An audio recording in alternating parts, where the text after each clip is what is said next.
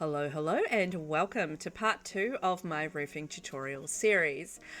I was thinking about back in the day when I was learning how to build and learning how to do roofs, and as a Sims player, what intimidated me about roofs, because I used to very much be just build a box and let my sim live in the box.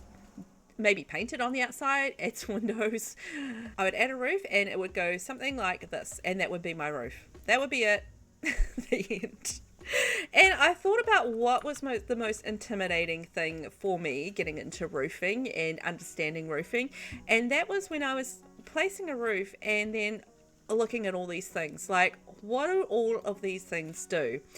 And really, when you're talking about roofing tutorials, we will get into more difficult things later. We will look at all sorts of different roofs and styling roofs and that sort of thing. But when you're roofing, you've got to know the basics, and that's what it boils down to. So we're going to look at the basic controls of roofing and how to use them and what they do, because there are so many things there. And yeah, honestly, I found it so intimidating when I first looked at roofing and creating roofs for myself. Yeah, I was just look at that and go, yeah, I don't even know where to begin. So let's just start at the beginning. What do each of these things do? So we've got these rounded arrows here. So these are what I call the stretchy arrows, or the size arrows.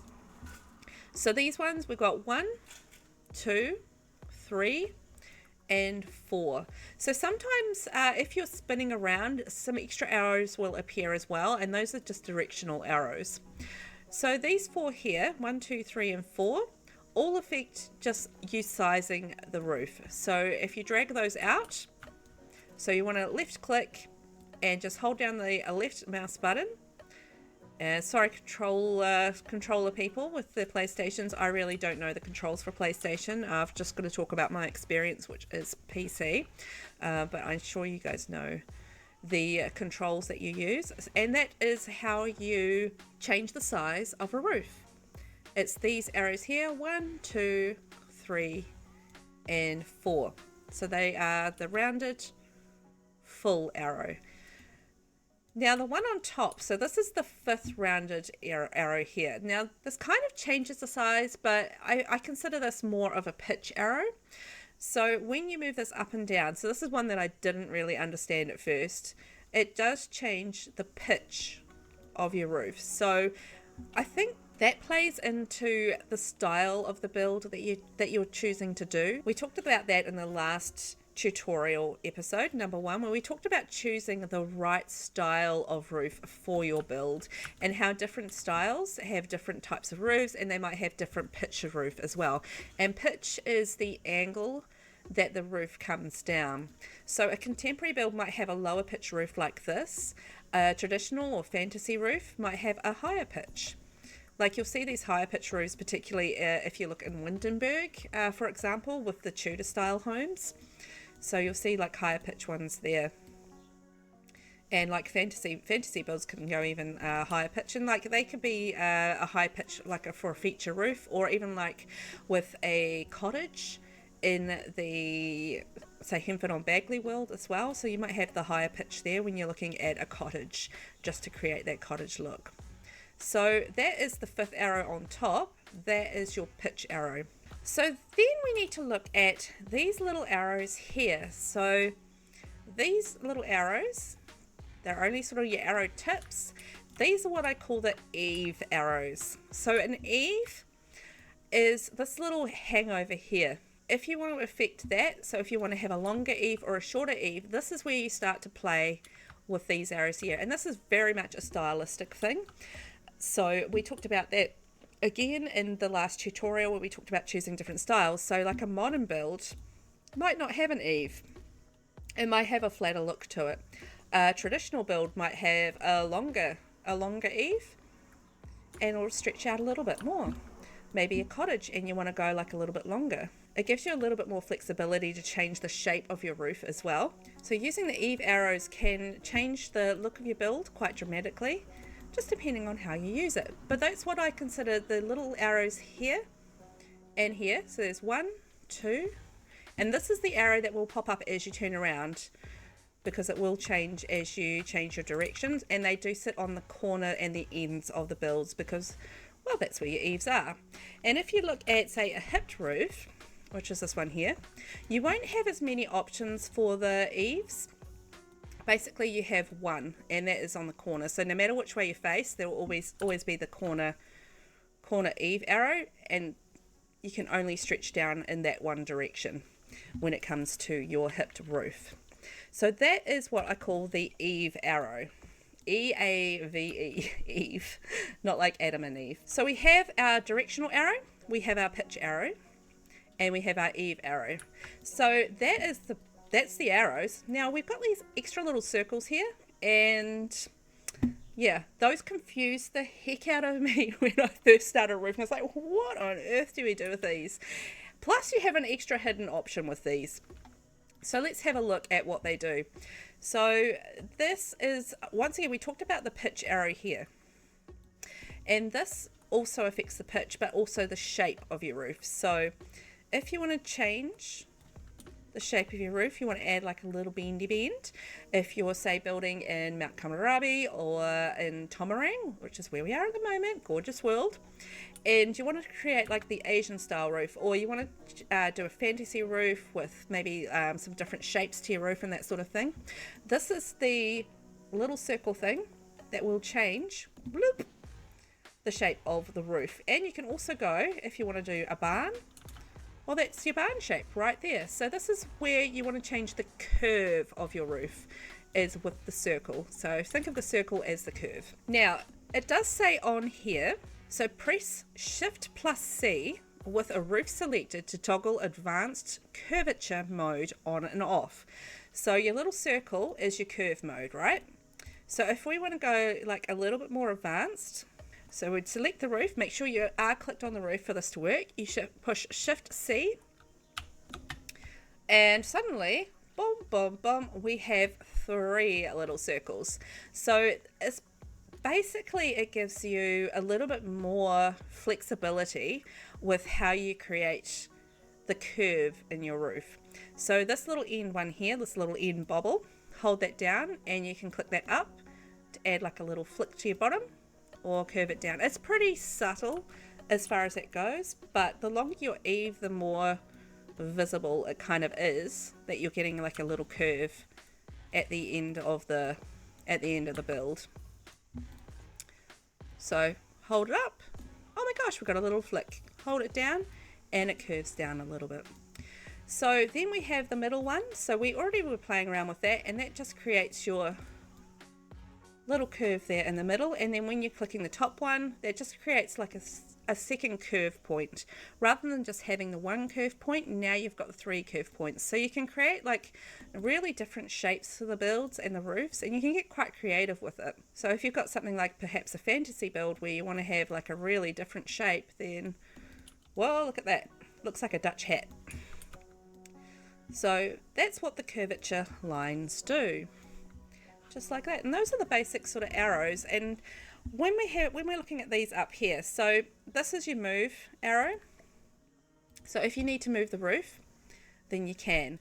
One that I use quite regularly, and is actually really handy to use if you are changing the shape of your roof. If you've just got a basic pitch roof, you probably don't need to use it so much. But if you are, say, curving this slightly, and maybe you're going down one and going up, any time that you change the roof, one thing that I do like to use is the copy tool.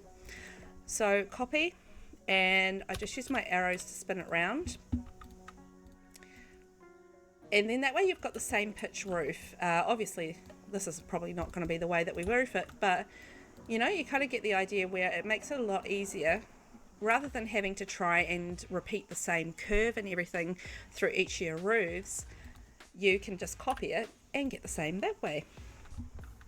And then we just have the spinning options here, just for rotating. And that is basically all your controls. I do want to have a wee look at the flat controls as well. So what I'm going to do is, for making a flat roof, the easiest way to do this is to go into half walls. Select a size, whatever you like, and actually go to square, place half wall enclosure. using the left mouse button, hold and drag, and you've created a roof. I've got a little bit of an overhang there. Maybe I'm going to do a balcony. Now, the thing is with this is that this is actually two separate roofs. So you kind of want to make this one roof if you can. If you're doing different heights, then that's a whole different story. But for this one, I want to have one flat roof. So I want to combine these two roofs together. All I need to do is drag this. You can also just draw around the outside of the build as well, but I find this quicker to just drag it all together and to create the one roof. Now, this is where we get into more arrows. With this, we've got like an extra arrow here. So this is the raised platform and lower platform. So when you're building a flat roof, what you want to do is raise your platform to the top of your half wall. So basically the amount of times that you raise it is the size of the wall. So barely their half wall. So this is the first one, so you only raise once. We use the fourth one, so we raise 4 times, etc, etc, etc, up to there. So keep clicking until you reach the top. And what this does is it actually allows us to paint the outside of the wall whatever color we like, rather than having to deal with, if we were just drawing a platform on without the half wall, then we would be stuck with just the options that are given to us, which are pretty limited as far as colouring and styling goes with platforms. But I do use a platform roof if I am doing like the likes of a starter home, or where I'm on a budget and I need to save money, because anytime you're using walls in the game, you are going to be looking at having to pay for them, basically. But that is the extra arrow that you get with using flat roofs. And just to shape the roof, you have the same thing again as you had with the gable roof that we looked at. These are the sizing arrows, so same sort of thing again, you can size as you like. This here is giving you the wall size, so this connects to your walls, so you can go to a taller wall, and that is just the room around the half wall that you've created. It's probably something that you're not going to use, but you never know. So, and then the last thing that I want to talk about there is this arrow here. Now this is not related to the roofing at all. This is related to the foundations. So if you're not doing foundations, you can ignore this. If you are doing foundations, then this is your buddy. And basically you just left click, pull it up, and that creates your foundation on the bottom. But we're not talking about foundations today, we are talking about roofing. So for the sake of roofing, you can ignore this arrow here. This arrow is for foundations, and yeah, that can be a little confusing if you're not too sure of what each of the arrows do. And then I just want to quickly talk about basic shape of roofing. So how I look at shaping a roof when I am roofing. So if I was doing a home and I had an L shape, for example, as we do here, I would probably look at 2 options, which would be a gable roof or a half-hipped roof. And when I am looking at the shape of a roof, I'm looking for the biggest point. So where is the biggest point where I could place a roof here? It's not too different either way, but when I'm looking at this, I see the biggest point here, and I look at this as a square where it's across here and in this little rectangle here. So if we were going to look at a half-hipped roof, I would put it in this corner here, drag it across using our shaping arrow, turn, and using our other shaping arrow, drag it across until it meets this point here. And that is the biggest point of our roof. And then we can use the second smallest part to connect. So once again, using the hipped roof, drag it across using our shaping arrow, and then drag it down. So with the hipped roof, what I like to try and do is get it so it's the same connection point. So see how this connects. Okay, this is a little hard to explain, but when I'm shaping it, right, if I leave it here, it actually leaves like a funny little dip here. And if I go like even lower here, you know, you've kind of got like a weird point here. So if I drag it all the way to the end, one more. So what happens is that, I'll move this out of the way. This line here connects with this line here when I bring it together. And that connection point gives us a lot more flow with the roof. So that's why I look at this and I see the biggest point, and then I work out the way to connect the second point to create a flow. So what we could do is we can actually do that again, where we change the pitch of the roof as well. So let's use our resize arrow and our second resize arrow, because that's quite a high pitch, and maybe I want to build like quite a modern looking home. So now I'm going to use my pitch arrow, and I'm going to go down 1, 2, 3. Do I like that? I want to do one more, 4. So I've gone down 4. Out of habit, I kind of count how many I go down just in case I stuff it up. But because I've changed the pitch of the roof, I'm going to use the copy tool now. Copy that. And I'm going to rotate using the arrow keys. And I'm going to put that down there. Now I'm going to resize so it matches. So pull it in 1. And then we have got a little overhang over here. So let's pull that in. 1, 2. And there we go. So that connects through there. So it doesn't matter if you've got the roof the same pitch, then you should be able to make like a connection point somewhere. That's the idea if you've shaped it right. And an L shape is a pretty basic and easy shape to get right. So you can see that point there and that point there are going to connect right there in the corner, so that you've got a really nice flow for the roof. And if you wanted to, you can just pull down the eaves. 1 and 2. And now if you can't see that eave arrow, because if it's disappeared, just turn the screen a little bit and pull it down. And you can sort of see like yourself the shape of a modern suburban home. You can sort of see the flow and everything there. So let's have a look at doing that with a gable roof. So once again, this is our biggest point. So we are going to roof on that, and we're going to use our resize tools, our resize arrows, just to do that. Now that's quite a high pitch for the roof. I want to go a little bit lower. So let's bring that down 4, maybe 1, 2, 3, 4. Yep. And then we're going to copy. And then we're going to bring that in. So we're going to bring that in by 1. And I'm going to show you how to fix this, a little roofing problem. And we're going to bring that 2. So do we want this sticking out like this? Do we want this running along like this? So an L-shaped home actually lends itself really nicely to a hit roof. A gable roof is a little bit tougher. So this is how we fix this problem. So we don't want to run this all the way through. We just want to have this finishing here and here, right? So what we've got to do is we've got to bring this in, this roof here, bring it in so only the little bit on this end is showing. So what we're going to do now is we're going to copy this roof. So copy this here, and then we're going to put it down at the end of this roof, like this. So we've actually got 2 separate roofs here. Now, using the eave arrow, we're going to lift that up. Easy as that. And look at that. We've got the flow going through to the roof, but we don't have that silly overhang. And what we're going to do here, now this is where it gets a little bit trickier. When you are using these eave arrows, right, what's happening is that you are changing all of the eaves on that side of the on both sides of the build. So if you use this arrow here, you're going to bring the eaves in on both sides. You can see that there. And if you are using the down arrows, you're going to bring in the eaves on both sides like that. So you can see that happening there. So what we want to do in this instance is we only want to bring in the eave on this side.